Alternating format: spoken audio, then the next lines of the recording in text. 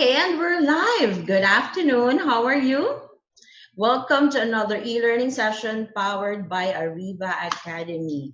So, welcome to the HR Virtual Summit PH 2020 Bounce Back HR. Sharpen the resilience for the new normal world of work. So, this is the afternoon session of our second series. So, our topic for today is HR leadership in a time of crisis, and we have invited a world-renowned guru and a global thought leader. Later, you'll got to meet him. But of course, my name is Irish Malonda, and I'll be your host. And with me is Mr. Howell Mabalot as my co-host and moderator. So we'll just wait for him to go to log in our Zoom. But before that, please allow me to greet first our out of the country participants. Thank you for joining us. Our participants from Australia, India, Indonesia, Malaysia, Singapore, and United States. Thank you for joining us today. And moving on, in order for us to have a smooth flow of our e-learning session, here are some few reminders and house rules. For those of you who are their first time attending our webinar, please type in a chat tab, hi. So type in now. Let me see the first timers here. Okay, Maria Andrea Banay. Who else? Maria Lanelin Licanda. Okay, for the others naman, just greet the panelists, the speakers, and the co participants. So good afternoon. We wanted to know that you can hear us loud and clear. So you will be needing a good quality headset and use these following codes. So 111 to show that you can hear us. 222 means that you can hear us. 2121 means the sound is breaking or there's a log. And question mark if you don't understand anything. Okay, I can see 3-1, so meaning we're loud and clear and audible. Next. Okay, so we will be having a quick break later after the presentation of our guest speaker, 2 to 3 minute break, before we move on to our question and answer. So for the question and answer guidelines, participants' microphones will be temporarily disabled by the administrator during discussion to avoid interruptions. Questions will be entertained after each topic of the session. For questions and clarifications during the provided time after each topic, please click the raise button for the administrator to enable the microphone for live questions. Type in your questions at the Q&A box. Again, at the Q&A box, not in the chat box. One question at a time will be entertained. For comments and feedback, please scan this QR code. This will be directed to our feedback form. Kindly send us your comments, suggestions, ideas, topics to discuss for us to improve our future e-learning session. And now, to discuss HR leadership in time of crisis, we have invited the Managing Director, Strategy Focus Group-DWC, a faculty partner in Human Capital Institute, a global thought leader. Let us all welcome Mr. Ron Thomas. Hello, Sir Ron. Yes, good morning, everyone. Let me just get my video up here. Good morning. So excited to be here. I said earlier that it's always good for me to interact with the Philippines because I'm there quite a bit. I think I was there 5 or 6 times last year. I love the country. Don't love the traffic, but it's the country is great. So it's great for me to be here. I'm based out of Dubai, and we're going to spend some time this morning talking through what we're all going through. Possibly from 3 angles, from HR leadership perspective, from employees perspective, as well as non-HR leaders, because we're all going to play a role in trying to get back to the new normal. I think, Irish, you mentioned the new normal. What is that going to look like? Nobody knows. Mm-hmm. But we have time now to give some thought to these type topics that we're going to talk about, specifically from a leadership perspective. as we try and figure out what and how our our companies are going to try and get back on track. A lot of them are not getting back on track. I tend to, and anyone who's interacted with me in any of my sessions, one of the first or second questions I ask, specifically for HR people, is how many of you read the business news every day? And the other follow-up to that is that how many of you are part of your industry association? Those two angles are extremely important today.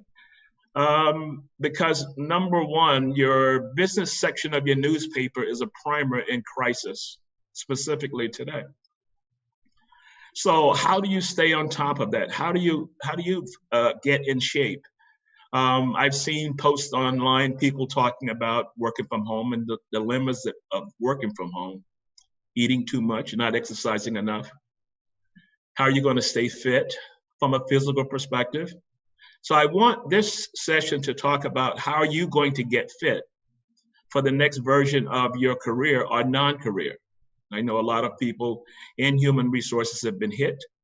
By hit, I think you know what I mean. How are you going to get back on track? You have a lot of time. You're working from home. Use that time wisely because no one knows how this is going to end up. I'm not a guru that's going to be able to give you a clear-cut path to what's going to happen, but I can share with you what I'm doing to get prepared for the new normal. Educating myself every day. I'm still exercising. I'm working on the mind as also working on my profession and to try and make sure that I'm prepared for whatever version pops up. So I'm going to click over and share my screen.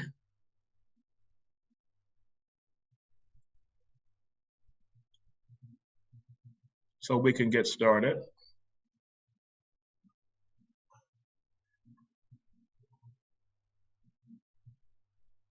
And the title of our session today is HR Leadership in a Time of Crisis.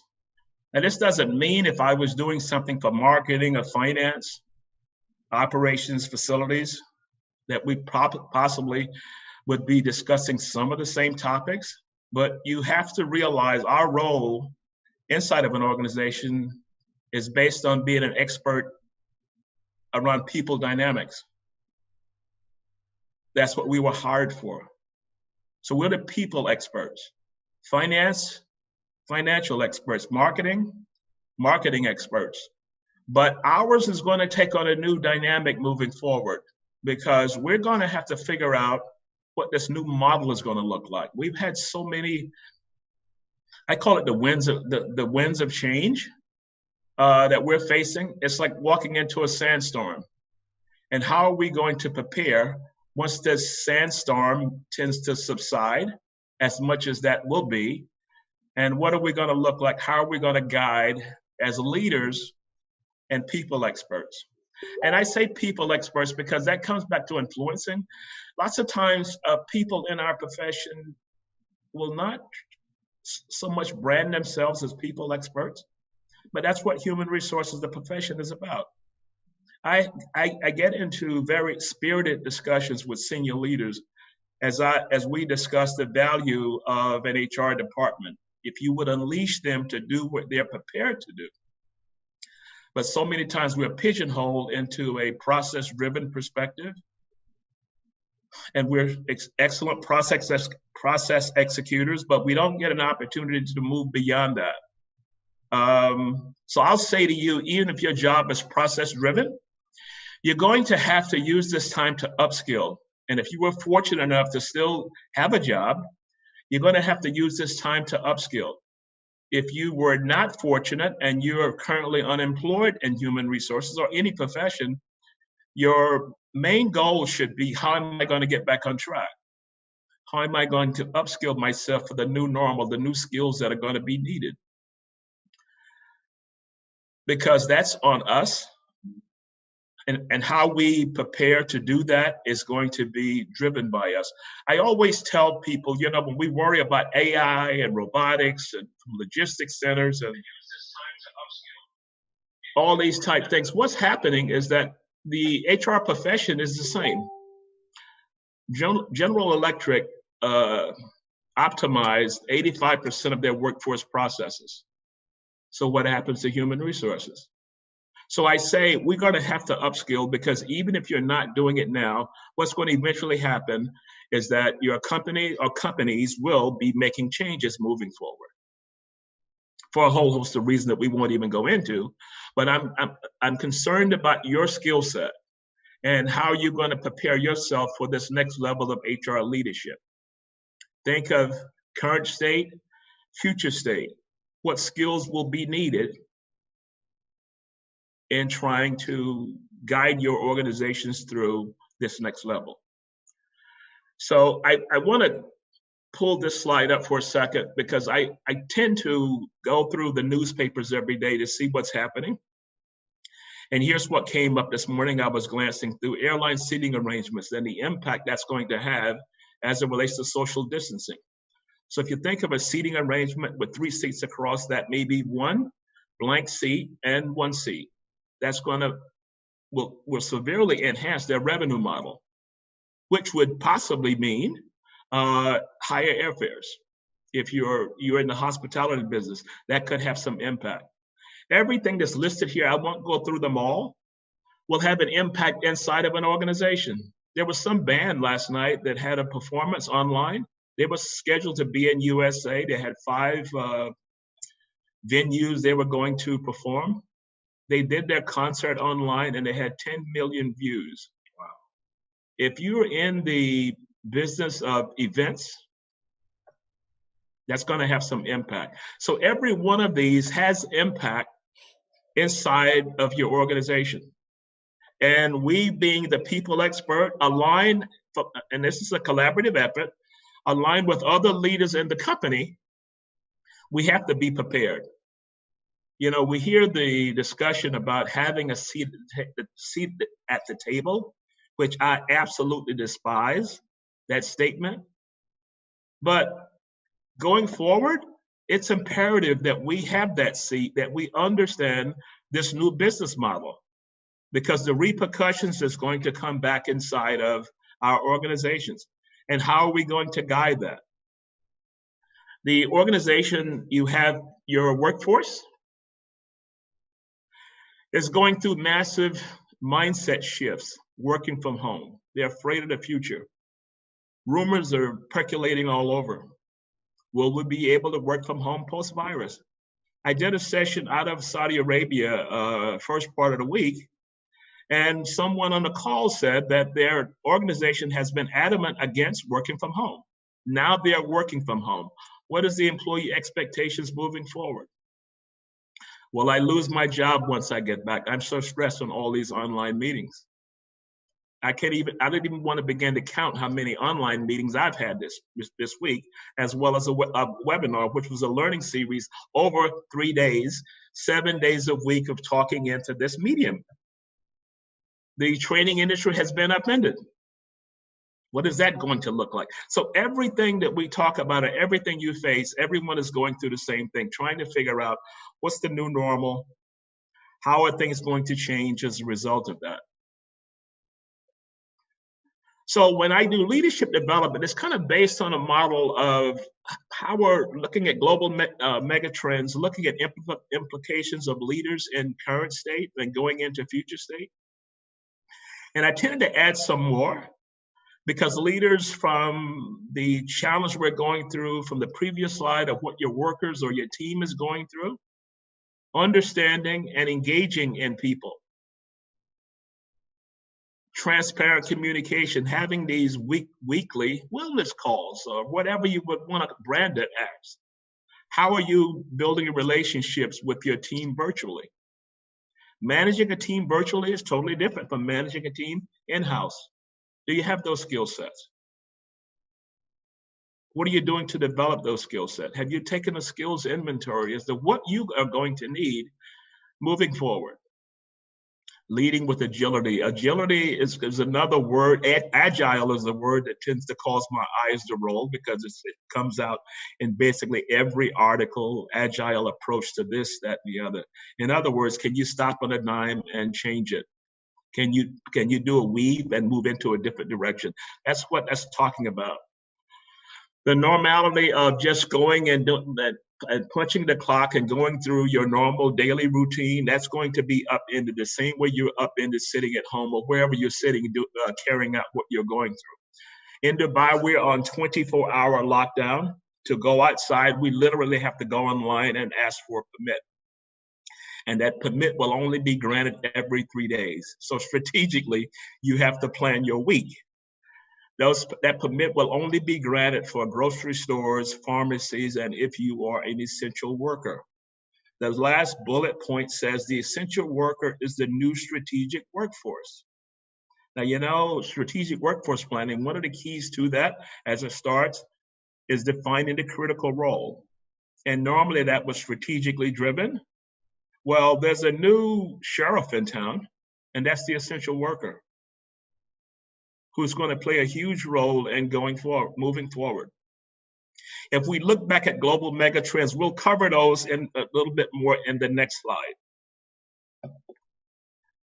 Technology, Zoom meetings, GoToMeetings, Cisco webinars, it goes on and on. There's Slack, there's Facebook for work. What model are you going to incorporate into your business?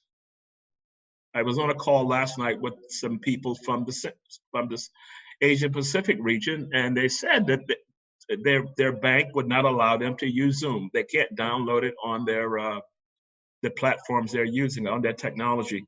How's all this going to play out? If you're recruiting people, what's going to be your mode of operation moving forward? Are you now going to move into video interviewing?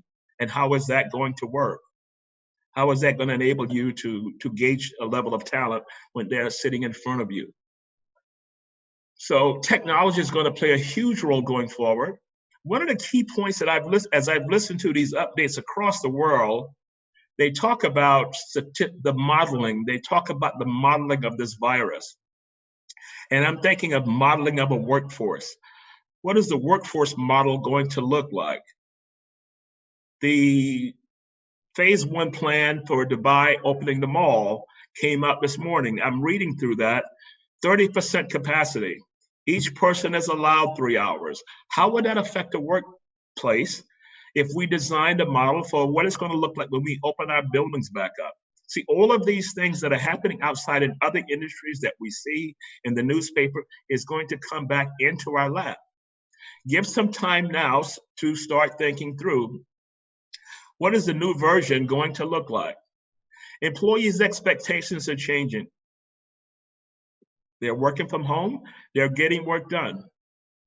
I was on a call earlier this week, and someone says, well, how do we punish people if they're not working? And my thought was, why is that a major concern at this point? If you have one person that's acting out, that's a one-on-one issue. That's not a policy issue. Spend time, not from a punitive perspective, spend time from an engaging perspective. Everyone's gone through a lot. We'll have time to deal with that. But I don't think that should bubble up, that would be the key point that we're going to be concerning ourselves with. What is the new model going to look like?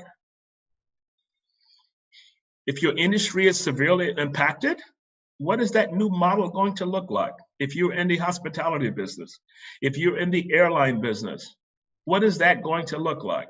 And this is where the term modeling came up that I was so intrigued by. Because if you're into data and analytics, the solutioning is based on modeling. You plug in independent variables, and based on that, the formulas or the results of those formulas, when it comes out, it gives you a higher probability of whatever that solution is. Data will play a key role in doing this. So one of the things we'll talk about at the back end of my presentation is, how do you model all of the challenges and changes that are going through? And we'll use a marketing technique. I'll talk about a marketing technique. You can do the research on your own, but it's the same technique that you can use. Marketing has great tools, customer experience, employee experience. It's all the same. It's just that the dynamic has changed. The business environment, this comes back to your industry. If you're banking, how is that going to look if your strategy was to become a cloud bank? That may be speeded up. I was looking at data points behind retail. There's a market penetration of e-commerce was on average around 25% pre-virus. It has now reached 45%. And if you're in the e-commerce business, you're hot at the moment. If you're in the retail industry, you're not so much. Two contrasting industry, one is current state, one is future state. Crisis management. What is our plan? Have we put together a plan to move forward?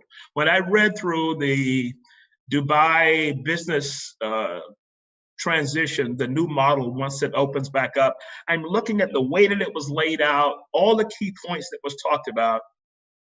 And we were talking this morning in the office here as that we could possibly take that and repurpose it, because they basically thought through every step from a crisis management, post-management perspective.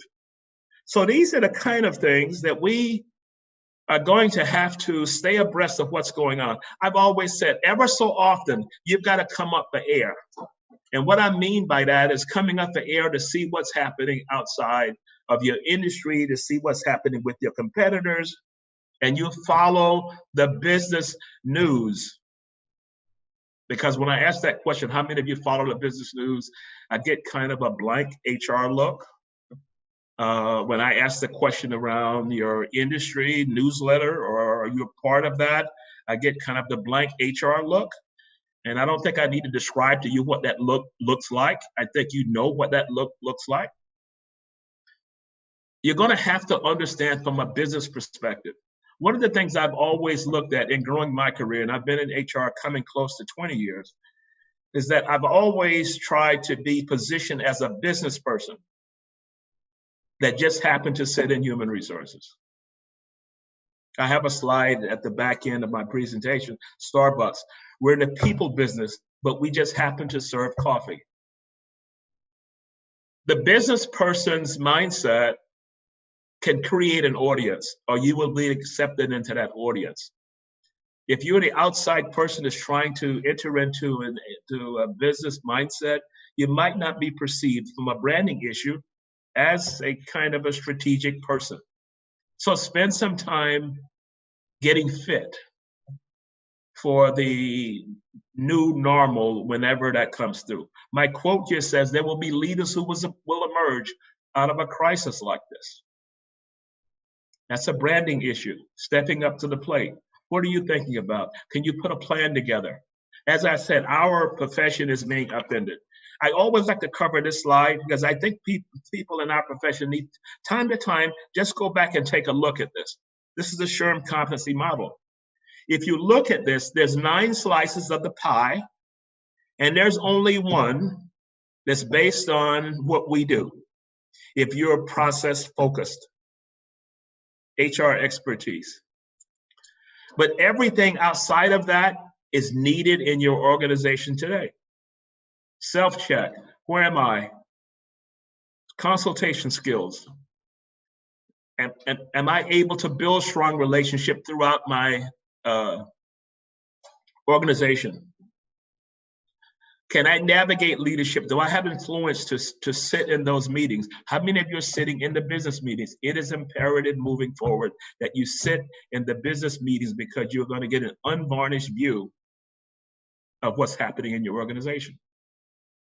And how you're going to do that, that's going to be up to you. But you're going to have to make the business case as to why you're needed. You're the people experts inside of the organization. You have to be in that meeting going forward. Critical evaluation. How do you do one-on-one interviews? How do you set up focus groups? How do you evaluate an issue inside of your organization? How do you evaluate this crisis? How can you create a journey map which walks you through from the beginning of the announcement to the day you close down, the wellness calls, communication strategy, what happened during that period, document everything. Because these will serve as kind of notes to build a strategic initiative moving forward. but you must understand what you have gone through to be able to do that. Here's a very famous quote. In other words, what got you in a certain position will not get you to the next one. Do not repeat the same tactics that you've gained in one victory. So you may have been there, were successful. Well, to move into the future focus, you're going to have to build upon that. You're going to have to build and exercise some new muscles to move it to the next area. 4 areas of leadership development. I've been kind of talking through this. Where are you now? If you look back at the SHRM competency model, how fluent are you in each category? And if you go to their site, it best explains what that is under each category. How fluent are you? If you had to do a readiness assessment and you graded yourself as a 4-point rater, where would you fall in those areas? Because the other 8 areas are going to be needed post-virus. Immerse yourself in the future. What is the future going to look like? Nobody knows that. And anyone tells you, you log onto this webinar, we're going to give you an inside peek into the future. They don't know that. They are trying to assume based on everything they've read. So this is why my mornings start with scanning the business news, reading through the concert that had 10 million viewers. I'm wondering, if I was in the event business, this could be having severe impact because maybe I had 50 events scheduled next year or the remainder of this year. What happens if this moves into a new area? Do we create a business model that you can log on to our platform and now we can do everything from here, signing up people, taking revenue and taking prices and all of that? We may not have it now, but that's a possibility. What's going to happen in the future of the new business model? Your business as it stands now is going to change. And you're going to have to understand what that is. Now, there's a technique we use in strategic workforce planning around scenario planning. And scenario planning is based on what if this happens? What if this happens? If this happens, we're going to do 1, 2, 3. If that happens, we're going to do 1, 2, 3. And these are kind of, this is the process people use to try and figure out or get a better understanding, a clear insight as to what that may look like. Is it foolproof? No, it's not foolproof. Think of Kodak. Think of Nokia. Great companies at one time, but did not do quite a great job as it related to scenario planning. Or maybe they placed their bets in the wrong bucket. Reflecting back on your own leadership journey. Anytime you hear someone say, I'm a great leader, be suspect. That's self-anointed. How do you determine whether you're a great leader? The people that report to you will tell you that. They may not tell you that verbally, but they give you inclinations that they feel that you're a great leader. They're the only people can mark you as that. And with social media, sometimes I look on LinkedIn, everybody's a guru, there's a ninja and all these kinds of things and on and on and on. And I'm like, where did I get these titles from? I mean, somebody said, you are now anointed as the great guru leader, innovative thinker, out of the box, medal, whatever it is. Self-congratulatory, yes. But your people are going to determine that. Look to see whether what the prior quote said, leaders will emerge from this crisis. Are you feeling comfortable thinking about the future? The slides show that everyone is talking to you, is having a conversation, could be about current content, but mentally they could be someplace else. Do you have that relationship that you could say, is everything okay? Are you building relationships with your people? That's always a good sign of this so-called leadership journey, because if you have, people will call you and say, here's what I'm struggling with. But if your people don't feel open to talk to you, you're going to have a tougher time once the model gets back on track or whatever that new model comes to. Return to the present, scale to the future. Where are we now? What does the future look like? What are those gaps that are going to be needed to move forward? People need to know the leaders care for the employees and understand what they're going through.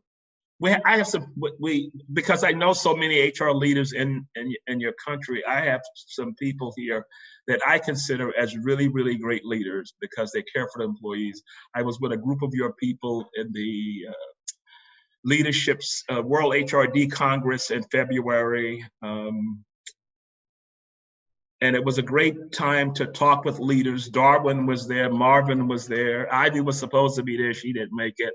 Great leaders that are exhibiting the kind of traits that people will want to emulate, your team members will want to emulate over a period of time. So think of your future and your development moving forward. If you're already a leader, what's the 2.0 version of your leadership style and moving forward?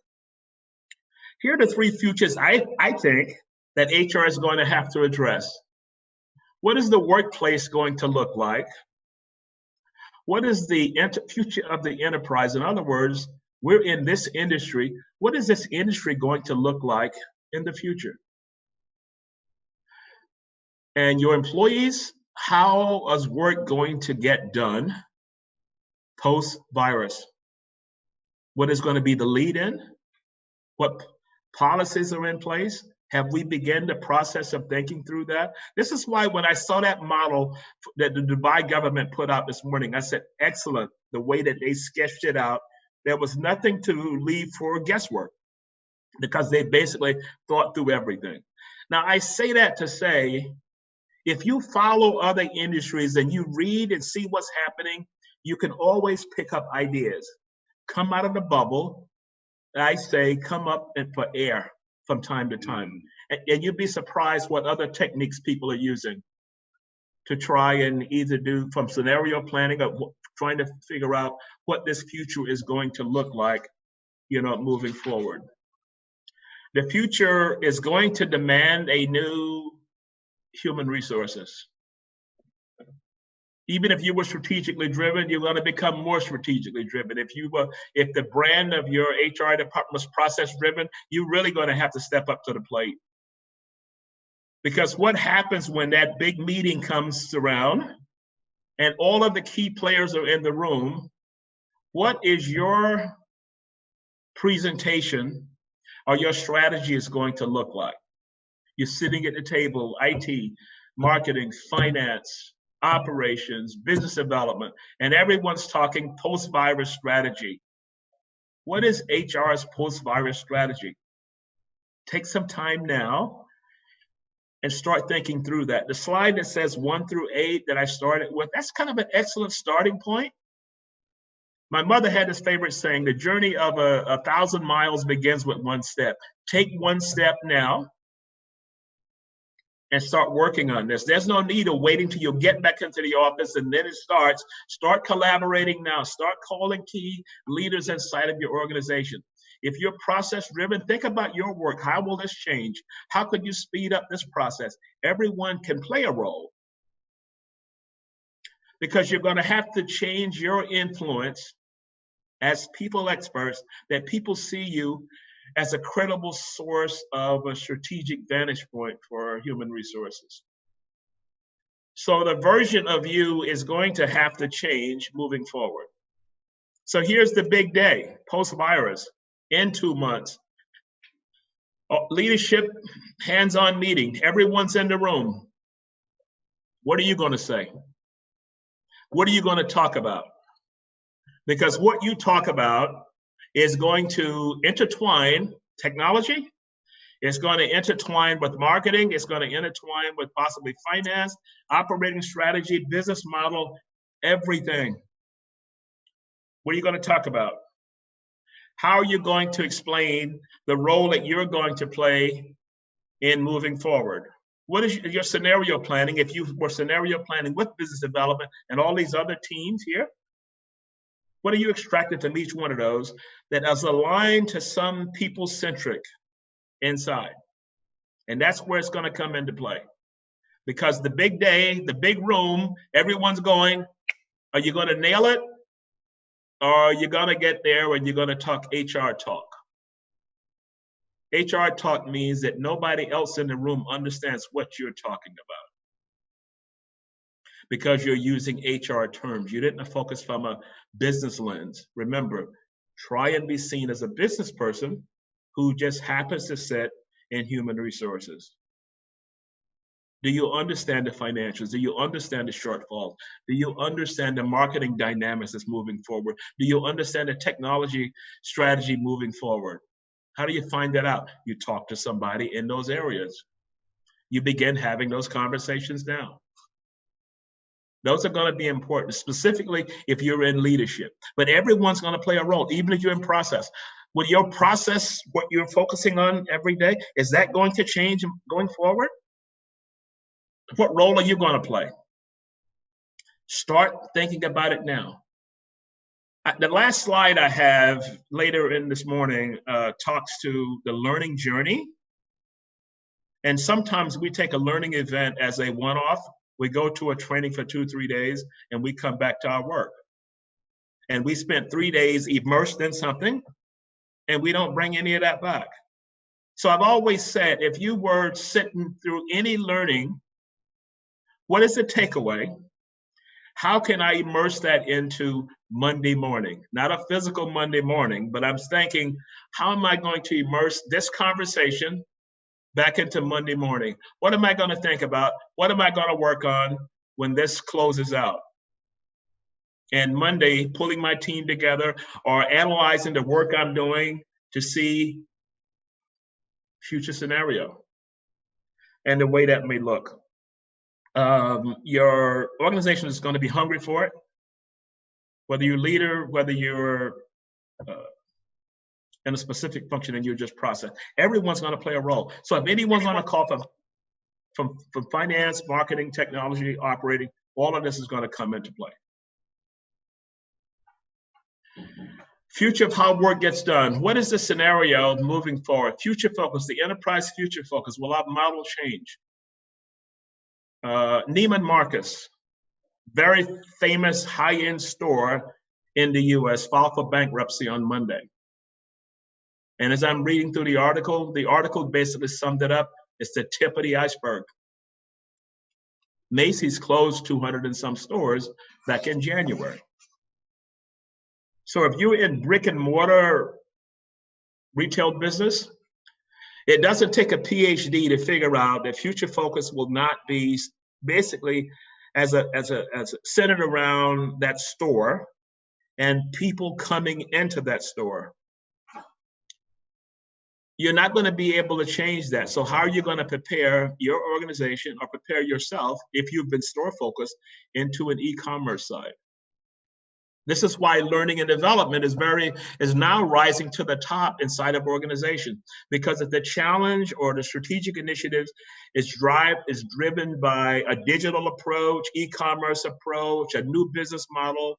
If you look at your training portfolio, if people here are in training, are your offerings aligned to that challenge? There was a very interesting case that the American Express went through, and it basically tore down and restructured their entire human resource training department because they realized that all they had was training courses. It was not aligned to the weaknesses of the organization. It was not aligned to the opportunities of the organization. It was not aligned to the threats of an organization. That was a SWOT approach I just used. So they had to make sure all of their offerings, for the most part, were connected to some issue that was challenging their organization. SWOT analysis, I mentioned. SWOT analysis is a great way to analyze marketing, finance, operations, facilities. If you're sitting inside of, as an HR VP in one of those areas, start using a SWOT approach. Put your people through a SWOT exercise to diagnose that particular department, a work stream, or whatever it is. What is the new design going to look like moving forward? I saw that, well, it's got the word here, agile, which is kind of a buzzword, but think of flexible, being flexible. The plan that you may be thinking about or working on for this revised business strategy should be a model. And the model means that it will be disrupted, but it's built for disruption.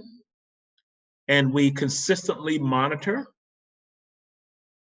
If you look at designs of models, whether that be a recruiting model, whether that be a consulting model. There's used to be at one time when any model was designed, the last stepping stone was always the so-called the end. Well, there's no end anymore for anything.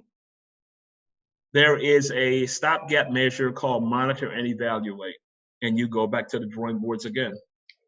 And that's kind of the theory that's based on design thinking, is you continually go back, you get feedback. Why do you think your phones, or every time you open them up, some app says it needs to be updated because they monitored, they evaluated, and they knew there were issues, and they consistently go back and update it.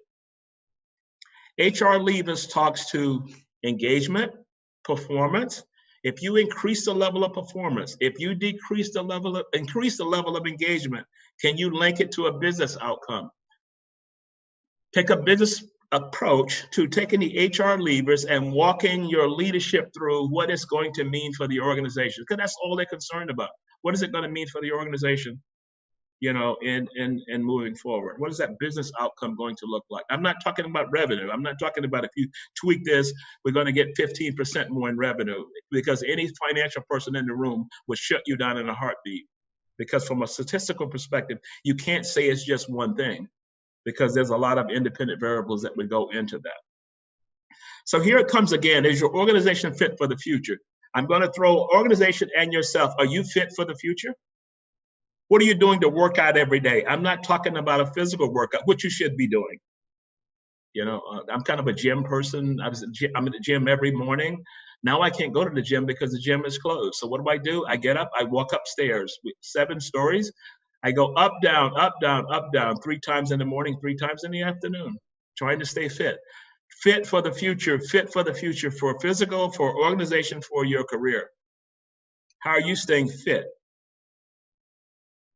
In this online world of Zoom meetings, Cisco webinars, and on and on. This is my last one for the week, by the way, so I can relax after the session today.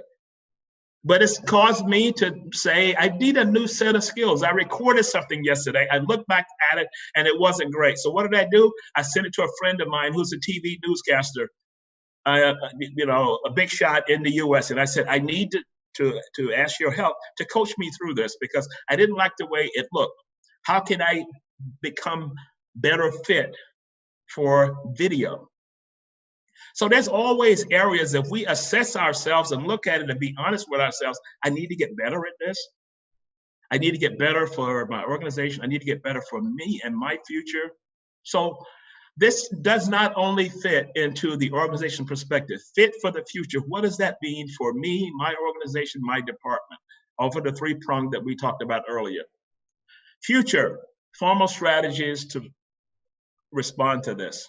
What is that going to look like? When the big meeting is called, everybody goes in the room. What is yours going to look like? Business continuity plans. They're working on them now. You need to be in that room, or you need to be on those calls. Because whatever happens, and I'm speaking from an HR leader's perspective, because whatever happens or determines or retrenchment, you're going to have to carry out some portions of that. So the better I can get some insights and moving into this, the better off I'm going to be. How are we communicating throughout? I was vice president of human resources during the time that my former CEO, Martha Stewart, went to jail. Imagine you're in HR, vice president of human resources, and your CEO goes to jail. What do you do? What do you talk about? There's no manual to say, let's see, what do I do when my CEO goes to jail? Step 1, step 2, step 3. There was nothing. We had to create it. But I listened to people, and people said, we need to know what's happening inside of the company. We need you guys to communicate more. So there's something that's called getting close to the problem, a challenge. Closest to the problem were the employees who possibly could be affected. And those are the people I said, I need your help as I design these plans. Talk to your people now to talk about what's working, what's not working. What could we change if we go into a permanent model? What could we possibly change if we were to do a hybrid model? Start trying to crowdsource ideas now. People have got some time, and listen to your employees' concern. So your role, aligning the organization, responding, communicating, arming, or enabling your workforce to get fit for the marathon that's coming up. Safe concerns are heard. People are struggling, folks. I get emails every day. I get WhatsApp messages. I get Facebook Messenger. People are struggling. Can I run this by you? We're all going through the same thing. So you're no more unique than anyone else. Think of the ones that lost their jobs. Imagine the struggle they're going through. Well, let's try and make it better for the next batch coming through, that we can provide excellent HR people leadership so that possibly this may not happen again. Who's going to act as a primary voice that goes in and that meeting and you're going to present that HR strategy? Are you prepared to do that? Who's going to be in this change model, which I'm going to talk to, that's going to be updating the changes, tracking tools, resources, whether that be on the technology side? Are employees going to be safe? What happens if there's a breakout of the virus inside of our organization? What is the plan for that? See, there's a lot of pieces that are going through. So we can worry about the business, but the reason we're out is because of the virus. So what's the safety strategy moving forward? There's so many moving targets. Do you have all the answers? Nobody has all the answers. But I tell you what, you can monitor things that are going on, and you can see what other companies and organizations and governments are doing, and maybe create kind of a basic framework to move forward. Recruiting, I kind of mentioned that earlier. I want to go through this, and then we could possibly,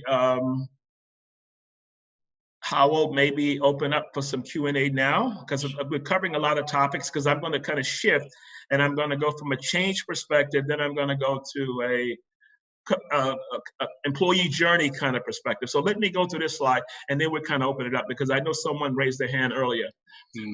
Being flexible, workforce policies. The call earlier in the week out of Saudi Arabia, adamant against not working from home. Now people are hankering to work from home because they see they can't get it done. Leadership is softening up a little bit. You can't go back to, I need everyone back in the office, because maybe there's governance that says 30%, 30%, 30%, or whatever it would work out to. And you do split days. Who knows? We got to figure it out. Seat at the table, front and center. You're the expert now. Expert in workforce modeling, expert in people strategy, sourcing strategy. Everything is falling back in our laps. So lots of times we've been talking about having a seat at the table. Well, you know what? You have the seat now. And are you going to perform and live up to it? Safety concern, new forums. What I would be thinking about if I was in your shoes, I would create an advisory board now of a cross section of employees and managers, and we have an offline call and discuss future, discuss workforce implications, discuss technology. On that agenda, we have covered one topic a week, or whatever it is. That's the audience. Got to get as close to them as possible. This is not an HR going into the room and coming up with a policy and procedure. You have to go and ask the people that are close to it. Empathy. People feel sorry for their workmates that lost their job. A lot of them haven't gotten over that, and a lot of them is wondering whether I'm going to be next. Transparency is extremely important. Consistently communicate as to what's happening. And managers' skill set may not be strengthened around a supporting style of manager, a coaching style of manager. So maybe your learning and development focus is building some workshop around coaching skills, supporting skills, mentoring skills. That's a strategy for learning and development, because in a lot of cases, managers don't have it. And if you think I'm stretching that, there's a book out by Gallup, and the title of the book is called It's the Managers. So with that, Howell, let's open it up and see if we can talk a little bit. Thank you so much, Sir Ron Thomas. Everybody, let's give a big hand to Sir Ron Thomas. Sir Ron, I'll be asking you the first question, and this is from our Facebook Live. If it's okay with you, sir? Sure. Sir, this is a colleague of ours, a member of the Ariva Speakers Bureau. She's Ma'am Vivian Fuentes. Hi, Ma'am Vivian. Hope you and your family are safe in the confines of your home. So here is her question, Sir Ron. Will work output be the main focus of performance measurement in the new world? Later on, it will be. Later on, it will be. But in the meantime, in the meantime, I would focus on their well-being with kind of an overriding talking about performance, but from a perspective of what would you need from us to enable you to perform better. Oh. And that way, it's from an empathetic kind of way, a helping way. I want to help you to succeed. What will you need going forward to do a better job of what you're doing? There's a three-prong approach you can always use with issues. What's working now? What's not working? And what could we do to enhance or make it work better? What ideas would you have? That's always a good starting point. But I would not stress on the performance issues at this time, because from a perspective of statistical approach, if you've got 10 people, you may have one or two low performers that are possibly struggling. And that could be for a whole host of reasons. Everybody's struggling today. So work performance is important. And I know we need the numbers to be where they need to be. But I would more concern myself with what do you need from me? And if I have to have that coaching session with that low performer, I'm going to put the onus on me to say, what do you need from me to enable you to do a better job? And if you're struggling, don't wait until the end. Come to me and we have these conversations up front. This is where the relationship management comes back in. Thank you, Sir Ron. Now, questions are coming in. In fact, in our program, we're supposed to pause for a 2-minute break. Will that be okay with you? Is this the last slide? Will this be the last slide of your presentation, sir? No, I have two concepts I'm going to go into. Okay. And one is around change management. The other is around how do you track what you've gone through. Okay, sir. So if you want, we can go on with the Q&A. Okay. Q&A, and then because we still have, or you can proceed with your presentation because we still have 12 minutes for the presentation. If that's okay, cool. Okay, option. And I will finish up in about that time. Okay, sir. In the meantime, questions are piling up, and it's a good a good thing. Always a good thing. People ask me, what do I need? What do you think I need to focus on at my next level of growth? Now, we know that organizations are facing tremendous change moving forward. Tremendous change moving forward. So my focus always comes back to two things. If you like numbers, venture more into from an analytical perspective. Not many HR people like numbers. But what we all will go through, numbers or not, is change. How do you manage change? How do you manage a new work model? How do you coach managers through this new perspective? How do you design a change plan for the initiative? You create the initiative, and as it's implemented, what change mechanisms are you going to run through? Now, this is change model agnostic because they've got quite a few on the market. But it's kind of like if I wanted to understand how to make chocolate chip cookies and I was to go online and do a search for it, I may get 10 different recipes, but the outcome, I will have a plate of chocolate chip cookies. So any model is just a recipe. And, you know, I was in conversation with Martha at one time. We were talking about recipes and she said, think of this. She said, the first time you use a recipe, it's their recipe. The next time you use it, it should be yours. And what that means is that I'm going to use that model and follow every step, implement, monitor, and evaluate. Next time around, I think this point is weak, this point is weak, this point I don't need, and then it becomes your recipe. So as I walk through this, I want you to think of this because I'm going to approach it from three perspectives that the role of human resource plays or should play in a change process. Now, the reason I'm talking about a change process and the reason I brought this up was because whatever you design has to be implemented. So if you think of sitting in a conference room and collaboratively, designing a structure, and your workforce is sitting over here with 1,000 people, how are you going to integrate that change into 1,000 people? You can't do it by sending an email anymore. There's certain processes that you're going to work through, certain steps you're going to work through. And this is what we're going to talk about. So this is going to be needed. Now, a good way to understand this, you know what, the greatest learning journey for me has always been YouTube. I don't care what it is that you need to figure. If you want to bake those chocolate chip cookies, you go to YouTube and there's a recipe for it. Change, they've got a whole slew of change videos. Some are lectures, 1-hour lectures. Mm-hmm. Take a few from a few different approaches, and I have some that's going to be listed here, and walk through those. So let's walk through. Your role, architect, you're going to design the change initiative. It says a human-centered design approach. What does that mean? That means you're going to ask your workers. Human-centered design is that I go as close to the issue as possible. If it involves your workforce, that's who I'm going to ask. Partner with the business collaboratively to ensure all categories are sitting in the room as we design this.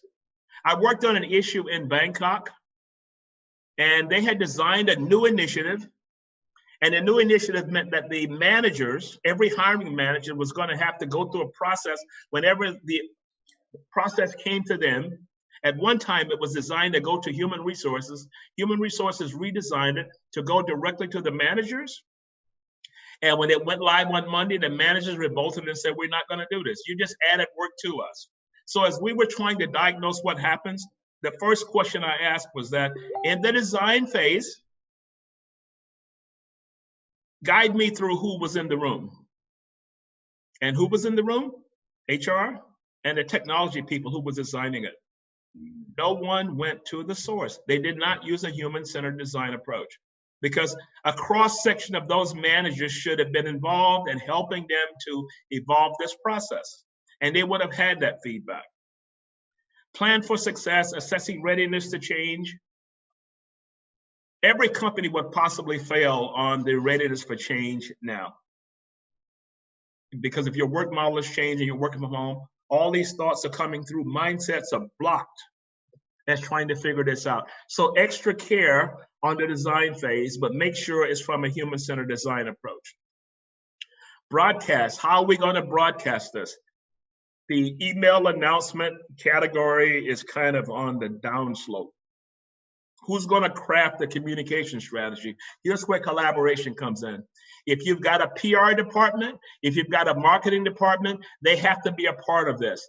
Let them guide you through this because that's their expertise. One young lady told me that when she created her advisory board, she said, you know who was the most important person as we had gone through so many initiatives was the PR person, because the PR person knew communication strategy. And when they designed it, they passed it to her. She took it and she dressed it up. And she executed it out throughout the organization with some kind of communication plan. So don't try and relearn something as you're moving along. If you have this expertise, they need to be in the room as you're talking through this. What happens when this happens? The workers come to their boss and say, so what is this new initiative that human resources is talking about? And that manager says, don't even worry about it because they'll come up with something else. You know, they're always coming up with these different ideas or whatever it is. Don't even concern yourselves with it. They weren't coached. They weren't a part of the process. They weren't asked to participate in the process. So how are we going to encourage change once we implement the strategy? So we've created it, we've communicated it, now it's out into the workforce. What would be our role in using that? So maybe we do a kickoff meeting with managers. They've already been involved. We tell them about how this new thing is, and we answer all of their questions so that the people come to them asking questions. They have some semblance of a response, and they can take it forward. 3 categories of change processes. ProSci is kind of the new one on the block, 5 steps. Cotter is 8 steps. There are excellent videos on YouTube on both of these that you can use. Project Management Institute has kind of an integrated model, but that's tied into the task milestones of project management. So I'm not that familiar with that, but that could become a little complicated. But ProSci says, here are the 5 steps. And it's kind of like, I say 5 steps. What are the dependencies under each step? And working through it from that. You could have in your organization a certified change management person, because that's a specialty now. If you have that person as a part of the process. So this could be YouTube to give you some sense as to how this works. The last category, and that's probably coming into the last slide, we got about 5 minutes, is the diagnostic, called journey mapping. Journey mapping is, if you think of employees coming into your organization so they go from the candidate experience to the employee experience to exit. So what does that look like? What were the milestones in each one of those? Now that's a marketing kind of diagnostic, but it's called journey mapping the customer, but you can use it the same way. When did the first announcement go out? What are some feedback meetings that we have? When is the projected model? When was the first hands-on? What was the feedback from the hands-on? Every significant milestone we want to capture, diagnose it, what worked, what didn't work. If we did it again, how could we change it? If you begin to go through that process now, by the time this thing gets to somewhat of a normal, you are kind of prepared that you can look to see pain points, good points, and it gives you more information to talk through it and make a business case to move it forward. So it's a diagnostic tool. You can go online and search for journey mapping, and it's a great tool to use. It's a marketing technique. And clear objectives for the map, profile of persona. Persona is how should it look? What is the goal of each category? What is the target? If we want to say this is, there's an excellent case study that Airbnb used from the employee journey, and they added a candidate experience to the employee experience, and they use every touch point because they wanted to build the ideal experience the same way this is the same technique they were using for the customer experience that was renting from them. They just took the same technique and brought it into human resources. So list all the touch points, identify each element on the map, what resources you have throughout. And my closing quote, Starbucks, people business, we serve the coffee, but we're in the people business serving coffee, not the coffee business serving people. Human resources going forward, we're business people, but we just happen to sit in human resources. So that means we understand business, we understand what's going on a daily basis. Today, you're going to have to scan the business news. I don't read everything, but when I look at it and I see a headline, my thought always comes back to, if I were sitting in that room, I had to go to leaders to figure out, what do we do from here?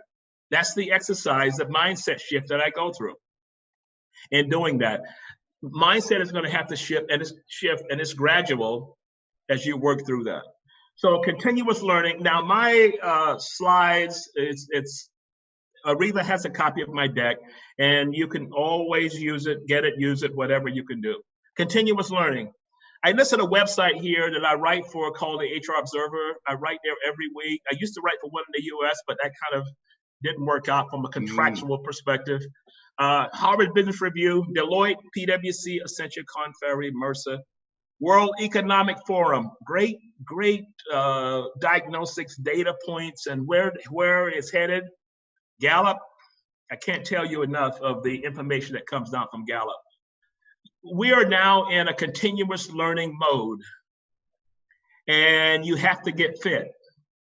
And these are the barbells, these are the treadmills, and all the other things that inside of that gym that you don't go to, that you're going to have to start using to get fit in your careers. And with that, I thank you. My deck says that if you need to contact me, my information is here. So we can go to questions now. If you want to take a break or... Thank you so much, Sir Juan Thomas. Again, everybody, a big hand for our valuable speaker for this afternoon. Well, that's actually lunchtime in in Dubai right now. Am I right, sir? Is it lunchtime in Dubai right now? Yeah, it is lunch. It's 12 Okay, o'clock. Yeah. so I'll hold you for another 2 minutes, Sir Ron. And then when we return, we'd like to encourage everyone to type in your question at the Q&A box so that after 2 minutes, we will be back for the Q&A. Sir Ron, please stay. Or you can, of course, have a bite of sandwich beside you if you have something. No. I'm good. I'm good. And we will be entertaining all the questions. The most questions that would be coming here we'll try to do that. So thank you. You are being funded now with appreciation. Don't you go away. We'll be right back. We promise. Okay, cool.